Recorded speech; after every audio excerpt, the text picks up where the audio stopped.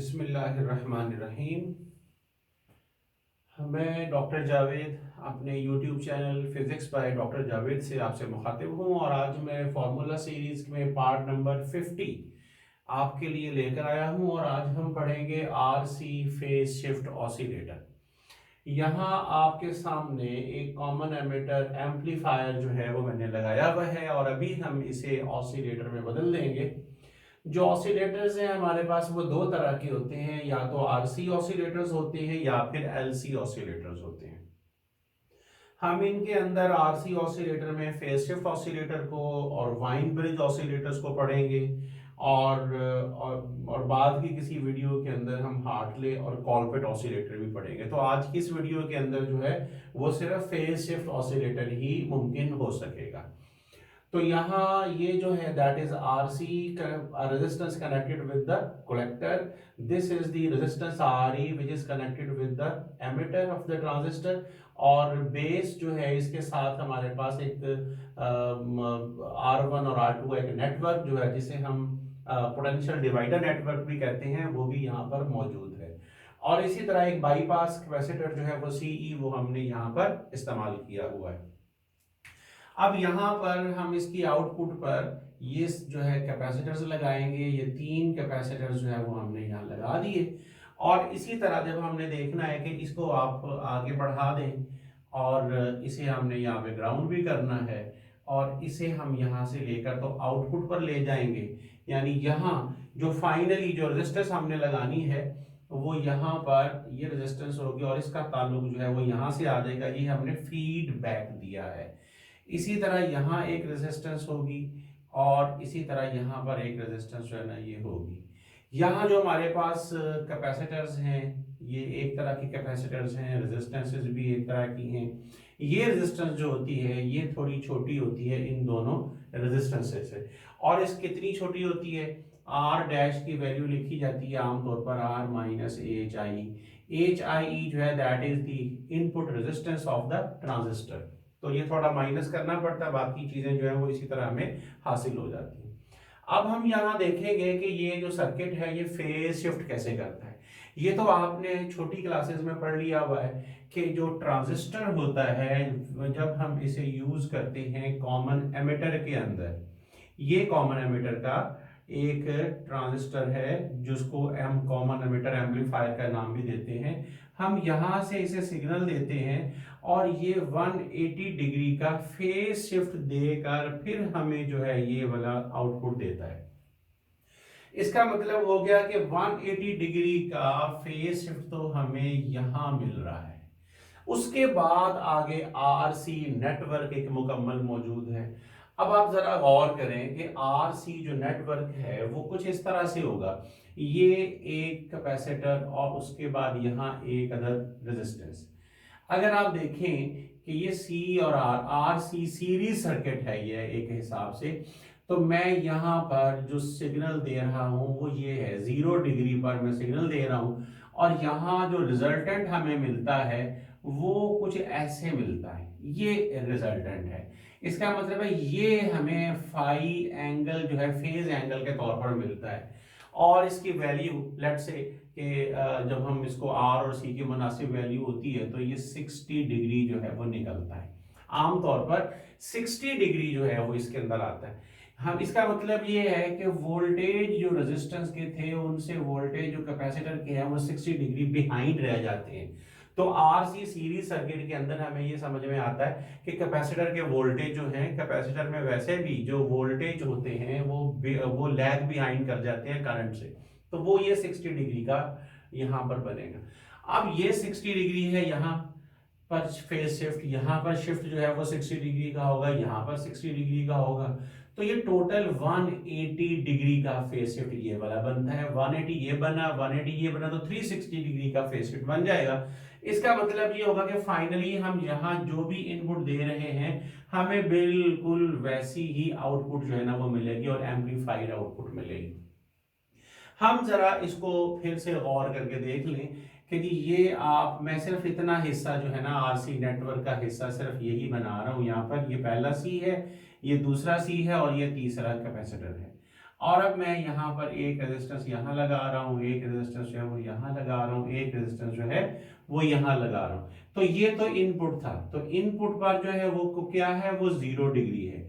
ये अकेला क्या करेगा, ये अकेला जो है इसको वो ये यहाँ तक जो है ना वो 60 डिग्री का फेज शिफ्ट जो है ना वो ले आएगा।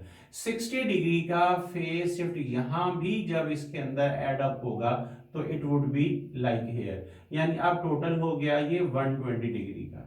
हम जो एंगल ले रहे हैं वो यहां से ले रहे हैं, ये 60 डिग्री था, अब यहां से लेकर ये जो है ये 120 डिग्री है।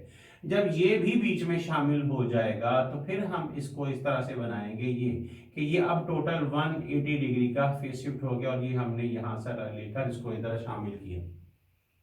तो फिर जो फाइनल जो हमें मिलेगा, यानी 180 डिग्री तो पहले ही था, 60 120 180 ये हो गया, तो फिर जो हमें यहाँ जो मिलेगा वो बिल्कुल एम्पलीफाइड इनपुट जो है ना वो मिलेगा।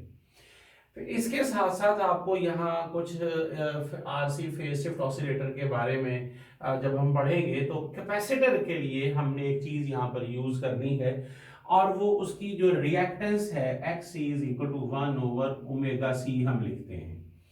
जो 1/ωc है, बाज औकात हम इसको इस तरह और बाज औकात हम इसके साथ एक J जो है ना वो यूज करते हैं। J तब होता है जब हम इम्पिडेंस इस्तेमाल करते हैं, तो इम्पिडेंस की दो जो है ना वो पार्ट्स होते हैं, यानी ये अगर मैं इम्पिडेंस लिखूंगा तो एक तो इसका रियल पार्ट होगा जिसको आप R कह देंगे, और दूसरा जो होगा वो इमेजिनरी पार्ट होगा। इमेजिनरी पार्ट में फिर हम JX जो है ना वो लिखते हैं। तो J हमने इसे J है क्या, J है जी -1 का अंडर रूट, जैसे आयोटा होता था। लेकिन यहाँ हम I को यूज नहीं करते। I को यूज इसलिए नहीं करते क्योंकि यहाँ अगर हम I को यूज कर लेंगे तो अगर मैं I लिखूंगा तो हो सकता है कोई इसे करंट समझ ले, लिहाजा हम इसको I की जगह हम J को यूज करेंगे। और J जो है ये एक -1 अंडर रूट की टर्म है। और अगर आप कैपेसिटर के लिए देखेंगे तो फिर हम इसके लिए -JX यूज करते हैं, और अगर हम इंडक्टर के लिए इसको यूज करेंगे तो फिर हम इसके साथ JX पॉजिटिव जो है वो हम यूज करते हैं। तो इसका अब ने हमने देखा कि ये चीजें आ गई, तो टोटल जो यहाँ फेज शिफ्ट जो है वो कितना बन गया।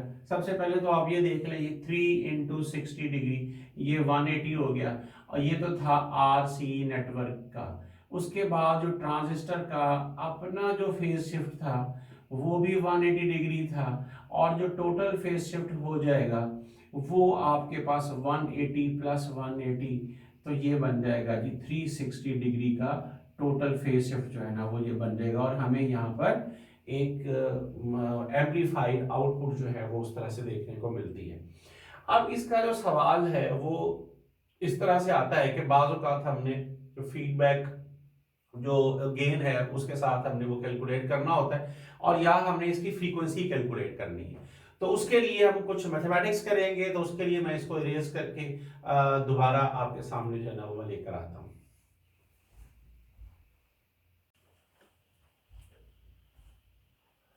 यहाँ हमने कुछ मैथमेटिक्स करना है अब आगे चलते हुए। तो ये मैंने वो सारे रेजिस्टेंसेस और कैपेसिटर्स को मैंने यहाँ पर बनाया है आरसी नेटवर्क को, ताकि हम फ्रीक्वेंसी कैलकुलेट करने की तरफ चलें और फीडबैक फैक्टर जो है VF/V0 वो हम कैलकुलेट कर सकें। तो यहाँ आप देखें कि मैंने यहाँ V आउट लिखा है, यानी ये इनपुट की जगह है, लेकिन मैंने यहाँ V0 लिखा है, और ये VF है, क्योंकि हमें यहाँ से कुछ फीडबैक फैक्टर जो है एज एन इनपुट इस्तेमाल करना है, लिहाजा मुझे यहाँ पे V आउट लिखना पड़ा।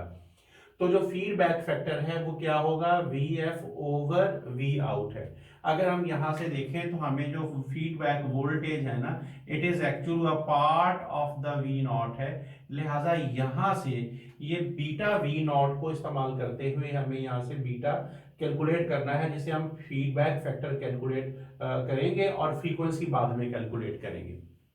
अब यहाँ पर ये रेजिस्टेंस R, ये रेजिस्टेंस R, ये रेजिस्टेंस R, कैपेसिटर और ये कैपेसिटर, दरमियान में यहाँ जो हमने V0 वाला पॉइंट है, ये V1 वाला पॉइंट है, ये V2 वाला पॉइंट है, और ये VF है जो हमें यहाँ पर मिल रहा है। इस तीन हमारे पास लूप्स बनते हैं, I1 I2 और I3 लूप्स के अंदर उनके करंट्स हैं। अब हम सबसे पहले स्टेप वन करेंगे। स्टेप वन हमने सबसे पहले यहां से शुरू करना है कि V2 पॉइंट के ऊपर हम किरचॉफ का वोल्टेज रूल और किरचॉफ का करंट रूल जो है वो दोनों अप्लाई करेंगे बारी बारी। तो सबसे पहले बारी है KVL की यहाँ पर अप्लाई करने की। तो आपको नजर आ रहा है कि V2 जो है ये यहाँ किसके इक्वल होगा, ये एक तो VF होगा और साथ में इस कैपेसिटर का जो वोल्टेज होंगे हमने उन दोनों के इक्वल इसको लिख सकते हैं। ये जो VC है जो इस कैपेसिटर के वोल्टेज है वो होगा I3XC। I3 यहाँ करंट है और XC इसकी रिएक्टेंस है। अब यहाँ पर I3 जो है that is the I3 which is equal to VF over R, यानी इस रेजिस्टेंस और इस वोल्टेज का जो रेशो है वो हम यहां से कैलकुलेट कर सकते हैं। So I3 is equal to VF over R और XC क्या होता है 1 ओवर j ओमेगा C। और ये 1 ओवर j ओमेगा C हम कब लिखते हैं, ये हम तब लिखते हैं जब हमने फेज और मैग्नीट्यूड की इंफॉर्मेशन इकट्ठे लेनी हो तो फिर हम 1 ओवर j ओमेगा C लिखते हैं। तो यहां जब हम ये चीजें पुट अप करेंगे तो आपके पास V2 की वैल्यू जो है ना ये वैल्यू आ जाएगी और इस वैल्यू को हमने आगे चलकर इस्तेमाल करना है। इसी का आगे स्टेप टू है और इसी पॉइंट पर हमने V2 वाले पॉइंट पर ही हमने KCL यानी किरचॉफ का करंट लॉ जो है वो हमने लगाना है। और वो रूल ये कह रहा है कि यहाँ पर हमारे पास तीन करंट्स हैं, एक I2 है, एक I3 है और दूसरा जो यहां से फ्लो कर रहा है दैट इज I। तो वो जो I है यहाँ पर मैं उसको लिखूंगा V2 ओवर R। V2 और ये जो रेजिस्टेंस R है V2 ओवर R करंट हो जाएगा और दूसरा करंट है I3 वो हमने पहले ही VF ओवर R लिखा है। अब यहाँ जो V2 हम कैलकुलेट कर चुके हैं वो हम यहाँ पर पुट अप कर देंगे V2 की जगह पर और बड़ी आसानी से हम यहाँ तक इस इक्वेशन तक पहुंच जाएंगे और यहाँ हमें I2 जो है वो हमें मिल जाएगा। स्टेप थ्री इसी तरह हमने KVL और KCL अप्लाई करना है। स्टेप थ्री में हमें V1 के ऊपर इस दफा मुझे अप्लाई करना है। तो V1 पर जब मैं KCL अप्लाई करूंगा तो ये है V1, तो ये आ जाएगा, ये चूंकि इस लूप के लिए है तो यहाँ V2 है साथ में ये वाला VC है। तो ये जो VC होगा ये जिसको मैंने V लिखा हुआ है V2 और VC जो है वो इस दफा I2 over j omega C लिखेंगे हम। V2 की वैल्यू हम पहले ही कैलकुलेट कर चुके हुए हैं और I2 की वैल्यू यहां से हमने कैलकुलेट करके यहां पुट करेंगे। तो ये छोटा सा मैथमेटिक्स है जिसके बाद हमें V1 की वैल्यू भी मिल जाएगी। अब इसके बाद मैं इसे इरेज करता हूं और अगला जो इसका बाकी का जो पॉइंट है जो मैथमेटिकल वर्क है वो मैं आपके सामने लेकर आता हूं।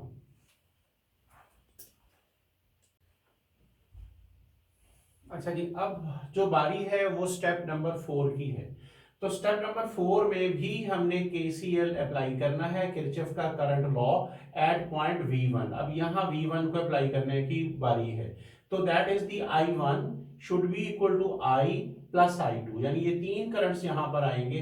I जो होगा यहाँ वो V1 ओवर R है, यानी यहाँ ये वाला R अब इस्तेमाल होगा पहले की तरह।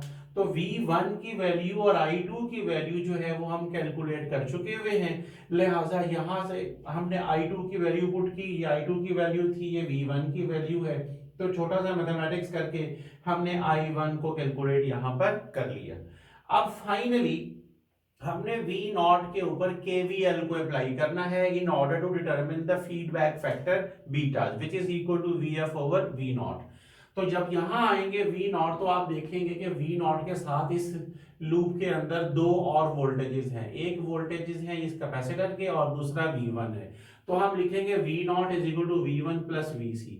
जो VC है इस दफा वो I1 over j omega C के इक्वल आएगा और हमने अभी जो I1 की वैल्यू यहाँ पर कैलकुलेट की है इस वैल्यू को हम इस I1 की जगह पे इस्तेमाल करेंगे और V1 जो हम पहले से कैलकुलेट कर चुके हुए हैं जो हमने यहाँ भी पुट किया उसे हम यहाँ पर भी पुट करके, तो यहाँ आपको नजर आ रहा है कि V0 भी है VF भी है। तो इस इक्वेशन से आपके पास आ जाएगा VF over V0 which is the beta factor और वो 1 ओवर दिस वन इक्वेशन जो है ना वो आपके पास आ जाएगी। अब फ्रीक्वेंसी को कैलकुलेट करने के लिए हमने यहां यूज करना है बार्कहाउसेन क्राइटेरिया। बार्कहाउसेन क्राइटेरिया जो था वो 1921 में आया था, ये जर्मन एक फिजिसिस्ट था और उसका पूरा नाम था हेनरिक जॉर्ज बार्कहाउसेन। तो बार्कहाउसेन के मुताबिक जो क्लोज्ड लूप गेन होता है that should be equal to 1, ये 1 है। और उसी के साथ जो क्लोज्ड लूप गेन का जो फेज है that must be equal to 0। इसका मतलब है कि बीटा जो है that has no imaginary parts, लेकिन इसके अंदर जो हमारे पास जो इमेजिनरी पार्ट आ रहा है वो एक ये आ रहा है और एक ये आ रहा है। इन दोनों को क्या होना चाहिए, 0 होना चाहिए। लिहाजा हमने इन दोनों को लिखा पहले 6 over J omega R C, minus में है ये, तो 1 over J omega cube R cube C cube को हमने 0 के इक्वल रखा। तो यहां से छोटा सा मैथमेटिक्स करने के बाद हमें फ्रीक्वेंसी निकल आई हमारे पास। तो जो फ्रीक्वेंसी हमने निकाली है that is the frequency of RC phase shift oscillator, और ये वो फ्रीक्वेंसी है जिससे हमारा आरसी फेज शिफ्ट ऑसिलेटर जो है वो साइनोसॉइडल सिग्नल को जनरेट करेगा और ऑसिलेटर बनेगा। तो ये वो फ्रीक्वेंसी है जो हमने यहाँ पर कैलकुलेट की है।